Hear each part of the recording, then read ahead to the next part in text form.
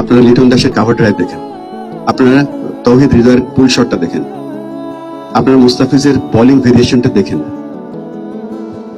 মুশফিকুর রহিম সব থেকে এখন বর্ষিয়ান একজন ক্রিকেটার, কয়েকদিন আগেও 100তম টেস্ট ম্যাচে 100 রান করেছে। জানেন মুশফিক সবার আগে প্র্যাকটিসে আসে এবং সবার শেষে প্র্যাকটিস থেকে যায়। তো এই জিনিসগুলো দেখতে হবে, শিখতে হবে। তো আপনাদের সামনে এই যে জ্বলন্ত উদাহরণগুলো আছে, এগুলো কাজে লাগাতে হবে।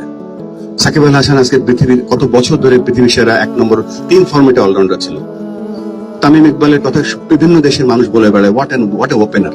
সো আমাদের অনেক উদাহরণ আছে। আমাদের আশরাফুল 16 বছর বয়সে আমার সাথে ব্যাটিং করছিল কলম্বোতে, মুরালি ধরন বল করছিল, চামিন্দা ভাস বল করছিল, সেখানে জয়সূর্যরা বল করছিল। আমি অনেক ওর থেকে তো সিনিয়র টেস্ট ক্রিকেটার। এক পর্যায়ে আমি যখন ওর সাথে ব্যাটিং করতে গেলাম, ও আমার সাথে ব্যাটিং করতে আসলো, তখন কয়েকটা ওভার খেলার পরে আমি বলছিলাম, আশরাফুল তুই আমাকে ফলো কর।